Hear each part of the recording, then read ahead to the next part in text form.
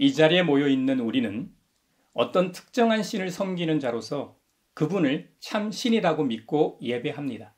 그 신에 관한 이야기가 바로 이 성경에 기록되어 있고 우리는 그 성경의 내용대로 그분을 이 세상의 시작점으로 믿고 경배합니다.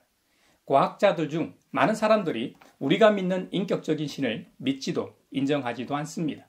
그 영향으로 세계는 점점 탈종교화가 가속되고 있죠. 과학의 발달이 탈종교화의 주된 요인만은 아닙니다. 교회 스스로도 탈종교화의 큰 원인에서 자유로울 수 없습니다. 과학자들 중에도 신적 존재를 인정하는 경우가 있습니다. 그 유명한 아인슈타인의 경우도 마찬가지입니다. 우리가 살아가는 지구라는 작은 행성에도 놀랍고 경이로운 것들이 너무 많습니다. 그래서 예로부터 선조들은 지역마다 저마다 신적 존재를 설정하고 믿어왔습니다. 예전에는 이 세상의 중심이 우리가 살고 있는 지구였습니다. 그래서 지구를 중심으로 이 태양을 비롯한 모든 천체가 돌고 있다고 믿기도 했습니다. 천동설을 진리로 믿고 있는 세계관에서 지동설을 주장해 종교 재판을 받는 일도 있었죠. 하지만 과학이 점점 발달하면서 지동설이 진리가 되었습니다. 오늘날에는 지구만 세상을 도는 것이 아니라 태양계의 주인인 태양도 수천억 개의 별들과 함께 우리 은하 안에서 돌고 있는 것이 확인되었죠. 우리 은하도 가장 잘 알려져 있는 은하인 안드로메다 은하와 더불어 국부 은하군에 속해 있는데 이 국부 은하군은 역시 이것도 공존하고 있죠. 국부 은하군도 초은하단을 중심으로 공존하고 있고 초은하단도 더 큰 규모인 라니아케아 초은하단을 중심으로 공존하고 있다고 하죠. 이렇듯 우주의 규모는 우리가 상상할 수 없는 영역입니다. 결국 우주의 기원에 대한 궁금증이 생겼고 과학계에선 그 기원이 빅뱅이라는 합의에 다다랐죠. 그럼 빅뱅은 어떻게 시작되었는가 하고 질문하면 답을 할 수가 없습니다. 현재 과학계에서는 진공 상태에서의 양자 요동을 통해 빅뱅이 어떻게 발생할 수 있었을까에 대한 가설은 그럴듯하게 설명하지만 왜 일어났는지는 답하지 못합니다. 결국 빅뱅을 시작하게 한 신적 존재가 있어야만 결론에 이르게 됩니다. 그래서 기독교에서는 간혹 위대한 과학자인 아인슈타인도 신을 믿었다고 주장하기도 합니다. 아인슈타인도 신적 존재를 인정하긴 했지만 그 신적 존재가 실제로 실체가 있는 신으로 믿은 게 아닙니다. 우리가 믿는 인격적인 신은 아니라는 사실입니다. 신이 말씀하셨다는 성경이나 코란과 같은 경전, 교리에 나와 있는 신이 아닙니다. 과학적 질문을 하다가 멈춰야 되는데 더 이상 멈출 수가 없을 때 결론을 위해 말하는 개념으로서의 신적 존재입니다. 그러니까 이 지구상에서 흔히 말하는 종교적 신하고는 단어만 같지 완전히 다릅니다. 과학적 사고만을 하는 세계에서는 자연 법칙 토대 위에서 인류 문명이 발달하면서 윤리 도덕적 합의, 질서를 위한 법적 합의를 통해 발전해 왔고 더불어 살아가는 것을 상식과 사회 통념으로 봅니다. 이런 사회적 합의는 매우 중요한 것입니다. 작은 사회 규모나 국가 그리고 국제 분쟁이나 전쟁도 방지해 주기 때문이죠. 하지만 이 논리와 법칙에 위배되는 것이 그리스도교의 원수 사랑에 대한 말씀입니다. 이 세상의 생각과 사상을 뛰어넘는 것이 원수 사랑에 관한 말씀입니다. 그래서 오늘은 이 원수 사랑에 대해 함께 생각해 보고자 합니다. 누가복음 6장 후반부에 보면 예수님께서 원수 사랑에 관한 교훈을 주십니다. 예수님께서는 구약 시대에 주셨던 율법을 서로 사랑하라는 한 말씀으로 요약해 주신 바 있습니다. 요한복음 13장 34절에 보면 새 계명을 너희 주노니 서로 사랑하라. 내가 너희를 사랑한 것 같이 너희도 서로 사랑하라고 말씀하셨습니다. 또 요한복음 15장 12절에도 내 계명은 곧 내가 너희를 사랑한 것 같이 너희도 서로 사랑하라 하는 이것이니라고 말씀하신 바 있습니다. 예수님의 수제자였던 베드로 사도도 베드로전서 1장 22절에 기록하기를 너희가 진리를 순종함으로 너희 영혼을 깨끗하게 하여 거짓이 없이 형제를 사랑하기에 이르렀으니 마음으로 뜨겁게 서로 사랑하라고 증언한 바 있습니다. 사랑하는 형제자매 여러분, 서로 사랑하는 것 중에 제일이 뭘까요? 가장 어려운 게 뭘까요? 예수님께서는 오늘 본문에서 이렇게 말씀하십니다. 32절 이하입니다. 너희가 너희를 사랑하는 사람들만 사랑하면 그것이 너희에게 무슨 장한 일이 되겠느냐?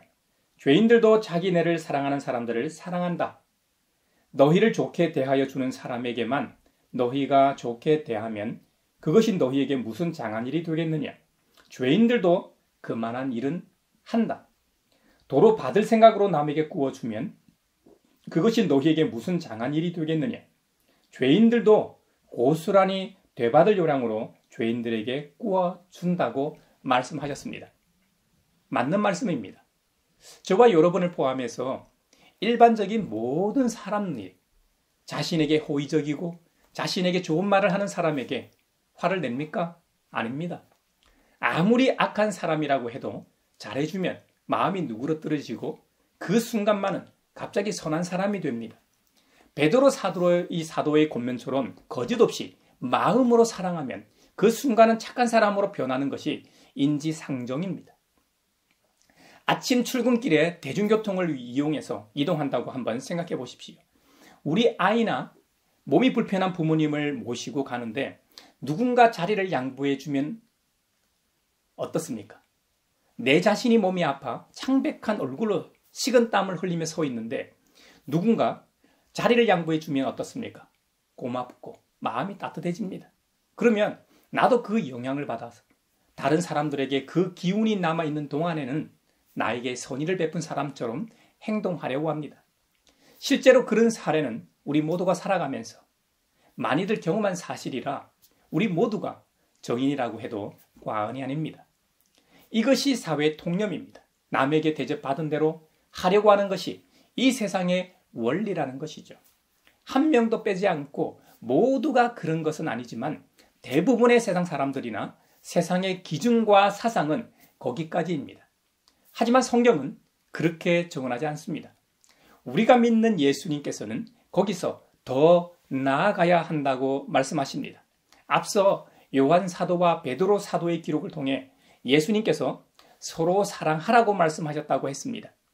하지만 누가복음에서는 예수님께서 서로 사랑하는데 어디까지 나아가야 하는가를 명하십니다. 우리 예수님께서는 사랑의 대상 중에 원수까지 포함시킵니다. 27절 이하입니다. 그러나 내 말을 듣고 있는 너희에게 내가 말한다. 너희의 원수를 사랑하여라. 너희를 미워하는 사람들에게 잘해주고 너희를 저주하는 사람들을 축복하고 너희를 모욕하는 사람들을 위하여 기도하여라. 내 뺨을 치는 사람들에게는 다른 쪽 뺨도 돌려대고 내 겉옷을 빼앗는 사람에게는 속옷도 거절하지 말아라. 너에게 달라는 사람에게는 주고 내 것을 가져가는 사람에게서 도로 찾으려고 하지 말라고 말씀하셨습니다. 여러분, 일반적으로 세상은 원수를 미워합니다. 하지만 성경에서 말하는 제자는 원수를 사랑해야 합니다. 참 쉽지 않습니다. 세상 사람들은 자기를 사랑하는 자들을 사랑하고 미워하는 자들을 미워합니다. 하지만 예수님의 제자들은 미워하는 자도 사랑해야 합니다. 미워하는 자에게 잘 해주어야 합니다. 너무 어렵습니다. 예수님은 원수를 사랑하며 선대하며 저주하는 자를 축복하고 모욕하는 자를 위해 기도까지 하라고 말씀하셨습니다. 어떻게 이렇게 삽니까? 도저히 불가능한 것처럼 보입니다. 세상 사람들은 사랑해야 할 대상과 미워해야 할 대상에 대해 선을 긋고 명확하게 구분합니다. 예수님의 제자들은 사랑해야 할 대상 속에 미워해야 할 대상도 포함해야 합니다. 예수님께서는 요구하는 자에게 거절하지 말라고 주라고 말씀하셨습니다. 요구하는 자에게 주는 것도 쉽지 않은데 예수님은 한 걸음 더 나아가 내 뺨을 치는 자에게 다른 뺨을 돌려대라고 하셨습니다. 겉옷을 빼앗는 자에게는 어떻게 해요? 속옷도 금하지 말라고 하셨습니다. 가져가는 자에게 다시 달라고 하지 말라고 하셨습니다. 참 힘듭니다. 어려워요. 친구끼리 동거래 하지 말라고 하지 않습니까? 괜히 동거래했다가 우정에 금가니까요. 초등학교 때 제가 이 말씀을 듣고 이대로 살려고 애를 썼습니다. 그때는 그리 큰 돈이 아니어서 그런지 애당초 돈을 안 받을 생각으로 친구들에게 돈을 빌려주곤 했습니다. 실제로 못 받은 경우도 꽤 있고요. 그런데 말이죠. 말씀대로 산다는 생각에 빌려준 돈을 못 받아 기분이 나쁘고 그 친구가 믿지 않았습니다. 그런데 30대가 되어서 친한 친구 중 하나가 사업을 하다 어려워져서 저에게 돈을 빌려달라고 요청했습니다. 당시 전도사인 제가 무슨 돈이 있었겠습니까? 그래서 없다고 했더니 신용카드 현금 서비스와 이 대출을 받으면 된다고 했어. 친구의 사정이 하도 딱게 제 신용카드로 돈을 빌려 그 친구에게 빌려줬습니다. 처음에는 그 친구가 대출 이자를 꼬박꼬박 주더니 몇 년이 지나니까 그 이자를 줄 형편이 안 되다 보니까 이자도 안 주고 내 전화도 안 받고 좀 잠수를 탔습니다. 나중에는 이사까지 한 상황이라 저로서는 참 난감한 상황이었습니다. 카드 회사에서는 저에게 톡촉 전화를 수시로 하죠. 이제는 제가 힘들더라고요. 그래서 제가 아는 지인을 통해 그 친구의 집 주소를 알아내 출근 시간 전에 집 앞에 찾아가서 기다렸죠. 드디어 그 친구를 만났고 그 친구 부모님을 통해 문제를 해결할 수 있었습니다. 그 뒤로 그 친구와는 지금도 잘 지내고 있습니다. 여러분도 돈 거래를 하고 빌리고 빌려주라는 말이 아닙니다. 아예 처음부터 안 받을 생각이면 몰라도 그것이 아니면 서로 시험에 드니까 조심해야 합니다. 가져가는 것과 빼앗는 것은 범죄의 행위입니다. 도둑질과 강도짓이죠. 예수님께서 말씀하시는 원수 사랑에 관한 가르침은 이 세상의 방식을 비웃거나 부정하는 것이 아닙니다. 하나님 나라의 새로운 공동체에 필요한 생활 방식을 말씀하시는 겁니다. 여러분, 이해타산을 따져서는 원수를 사랑할 수 없습니다. 우리 모두는 이해타산에 익숙해서 살아갑니다. 그렇기 때문에 이해타산에 매여 사는 세상 공동체와 본질적으로 다른 대한 공동체로서 제자들의 공동체를 위한 사랑 윤리가 필요했던 것이죠. 사도행전에 나오는 예루살렘 초대교회의 모습이 주님께서 말씀하신 공동체에 가장 부합하는 모습일 겁니다. 요즘 뺨 한 대 맞으면 기본적으로 몇 대 더 복수하는 것이 우리 사회의 단면입니다. 한쪽 뺨을 맞으면 다른 뺨을 돌려댈 정도의 여유와 관대와 포용의 자세가 있어야만 원수까지 사랑하는 제자가 될 수 있습니다. 이것은 저도 어렵습니다. 우리 예수님께서는 원수까지 포함한 사랑, 원수 사랑에 대한 신비를 말씀하신 후 그런 사랑을 황금률과 연결시키십니다. 31절입니다.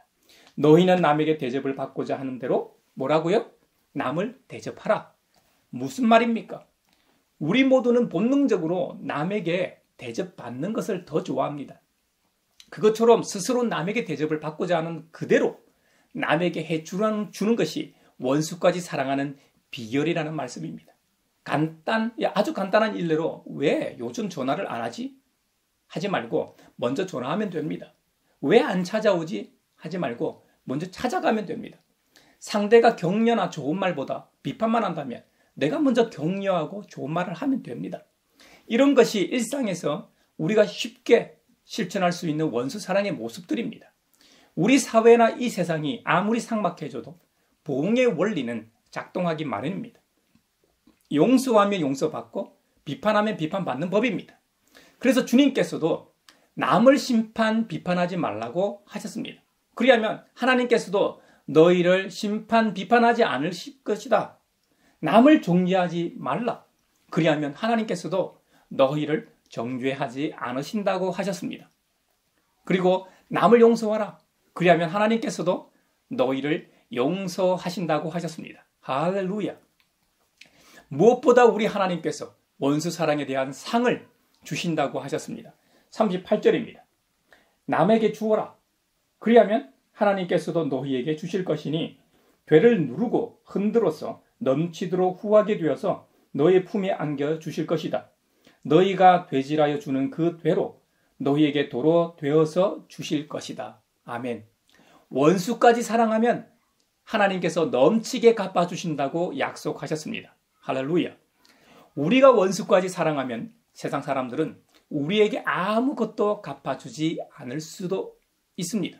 하지만 하나님께서는 후히 되어 누르고 흔들어서 넘치도록 우리에게 주신다고 약속하셨습니다. 장사꾼이 되를 속여서 판매하는 것처럼 하지 않으십니다. 우리 하나님은 인색하신 분이 아닙니다. 흔들어 누르고 꽉꽉 채워서 넘치도록 담아주시는 분이십니다. 무엇보다 우리가 원수 사랑을 실천하면 하나님의 성품을 담는 것입니다. 보통 자녀는 그 부모를 닮게 되어 있습니다. 우리가 서로 사랑하며 살 때 사랑이 하나님의 자녀다워지는 것입니다. 예수님의 참 제자는 하나님을 닮아 은혜를 모르는 자와 악한 자에게도 인자하게 대해야 합니다. 이것이 하나님의 형상을 회복한 자의 모습입니다. 그렇다면 우리는 어떻게 예수님께서 말씀하셨던 원수를 사랑하면서 살 수 있을까요? 용서받은 하나님의 자녀만이 이렇게 살 수 있습니다. 자신이 믿는 하나님이 이런 분임을 깨닫는 사람들만이 주님의 너그러운 생활 방식을 따라 살아갈 가능성이 있다는 말입니다. 우리는 앞서 새로운 규범집처럼 해야 할 일과 해서는 안 될 일의 목록을 살펴보았습니다. 지식으로 아는 내용을 사느냐, 못 사느냐는 우리가 어떤 하나님을 믿느냐와 믿음의 결과로 나타나는 생활 방식입니다. 우리가 믿는 하나님은 모든 사람에게 관대하시고 실수에도 관대하십니다. 하나님은 자격이 있든 없든 누구에게나 좋은 것을 주시고 그것을 누리게 하십니다. 주님은 기가 막힐 정도로 자비로우십니다. 모든 사람이 이런 하나님을 믿는 사회에서는 폭력이 없을 겁니다. 보복도 사라질 겁니다. 계급이나 카스트 제도로 인해 신분을 나누고 멸시하고 분열하는 일도 없을 겁니다. 재산이나 부, 그 사람이 가진 물질의 총량으로 그 사람이 얼마나 훌륭한지를 가늠하지도 않을 겁니다. 그래서 그런 물질을 추종하고 물질을 중요한 척도로 여기는 풍토가 사라질 겁니다. 예수님 당시로부터 시작하여 비록 소수일지라도 주님께서 말씀하신 이 놀라운 원수 사랑에 대한 말씀을 받아들이고 살아가는 사람들의 주변과 공동체가 어떻게 변했는지를 되새겨 보십시오. 저는 우리 가양교회가 이 소수가 되길 원합니다. 가양교회와 성도들이 가는 곳곳마다 어떻게 될지 상상해 보십시오. 얼마나 신나고 기쁩니까? 그런 삶은 풍성하고 색다르고 경이로울 겁니다. 설교 서두에 지구와 우주의 신비를 말하면서 경이로운 일이 많다고 했는데요. 저는 원수 사랑이야말로 자연 법칙을 거스르는 가장 위대한 경이로움이라고 믿습니다. 그러다 보니 당연히 주위 사람들의 주목을 받게 되겠지요. 우리는 주위 사람들의 이목을 위해 원수 사랑을 실천하는 것이 아닙니다.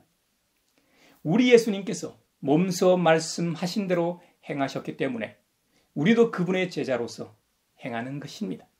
여러분, 왜 예수님 주위에 사람들이 몰려들었습니까? 무리가 모여든 이유는 그들이 모여들 만한 능력이 예수님에게서 넘쳐 흘러 사람들이 치유되었기 때문입니다. 오늘날 하늘의 놀라운 사랑 이야기가 그 어느 때보다 절실히 필요합니다. 마음이 상하고 다쳐서 마음의 문을 굳게 걸어 닫은 사람들, 우울증과 정신질환으로 고통받고 있는 사람들, 무엇보다도 같은 사람에게 관계 속에서 받은 상처 때문에 힘들어하는 사람들에게 원수 사랑의 신비가 필요할 때입니다. 우리 예수님은 전 생애를 통해 주님의 사랑이 필요한 사람 모두에게 자신의 전부를 주셨습니다.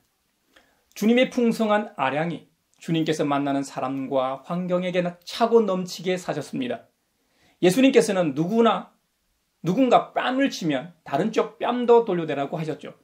복음서가 전해주듯이 마지막에 십자가 사건 직전 공회 앞에서 사람들이 예수님의 얼굴에 침을 뱉으며 욕하며 주먹으로 치며 손바닥으로 때렸습니다. 예수님께서 입고 계시던 옷을 벗겨 찢어 서로 나누기까지 했습니다. 요즘으로 치면 속옷만 빼고 외투와 셔츠와 바지를 다 벗겨 희롱했습니다. 그럴 때도 예수님은 사랑과 용서를 실천하셨습니다. 우리 예수님은 친한 친구에게만 사랑을 보여주시지 않았습니다. 평화의 호수를 거절한 도시를 위해 눈물을 흘리며 원수에게도 사랑을 보여주셨습니다. 예수님은 당신이 전하는 하나님을 몸소 경험하게 하셨습니다. 주님의 가르침은 놀라운 점이 두 가지 있습니다. 하나는 단순함입니다. 단순함. 예수님의 가르침은 명확하고 선명하고 직접적이고 외우기 쉬웠습니다. 다른 하나는 희소성입니다. 희소성. 여러분은 예수님처럼 산 사람을 몇이나 보았습니까? 여러분은 원수 사랑에 대한 이런 것을 생활 규범으로 삼는 공동체를 알고 있습니까? 저는 우리 가양교회가 이런 공동체가 되길 간절히 원합니다. 형제자매 여러분, 같은 생각이시죠? 도대체 무엇이 잘못되었길래 오늘날 한국교회는 원수 사랑의 신비를 잃어버렸을까요? 오히려 세상 사람들보다 못한 존재로 인식되고 있을까요? 이 지구상에 존재하는 모든 교회와 성도들의 사명이라고 할까요? 목적은 이 땅에서 하나님 나라 구현과 예수 그리스도의 복음 전파입니다. 먼저 믿은 우리 자신이 하나님 나라를 이 땅에서 경험하며 그리스도의 평화의 복음으로 행복하게 사는 것이고, 다음은 그 나라와 복음을 경험한 우리를 통해 우리가 전하고 증거하는 예수 그리스도의 복음을 통해 하나님의 나라가 구현되는 것이 그리스도교입니다. 우리 자신이 그리스도인으로서 먼저 하나님 나라를 이 땅에서 경험하기 위해서는 하나님을 바로 알고 제대로 믿는 데서 출발합니다. 용서하시는 하나님, 모든 것을 용서하실 만큼 사랑이 풍성하신 하나님을 알 때 가능합니다. 우리 자신이 바로 그 하나님의 자녀가 되었다는 깨달음에서 시작함을 꼭 명심합시다. 우리가 진짜로 이 엄청난 은총을 경험했다면 예수 그리스도의 복음을 전하지 않을 수 없습니다. 1000만 관중을 돌파한 영화는 웬만하면 보게 되죠. 영화 평론도 중요하지만 영화를 본 사람의 입소문을 통해 관객은 늘어가게 됩니다. 재밌는 것은 입이 근질근질해서 가만 못 있습니다. 우리가 믿는 복음도 그것이 진짜라면 어찌 가만 있을 수 있겠습니까? 원수 사랑에 대한 위대한 이 하늘의 복음을 전하는 가양교회와 성도들이 되길 바랍니다. 이번 한 주간도 하나님의 원수였던 우리를 용서하신 하나님을 깊이 깨달아 알길 바랍니다. 그 은총에 감격하여 하나님 나라를 이 땅에서 경험하길 바랍니다. 그래서 하나님 나라에 들어가는 복된 소식인 예수 그리스도의 복음을 전파하는 복음 전도자로서 원수 사랑을 통해 하나님의 성과 발휘되길 축원합니다.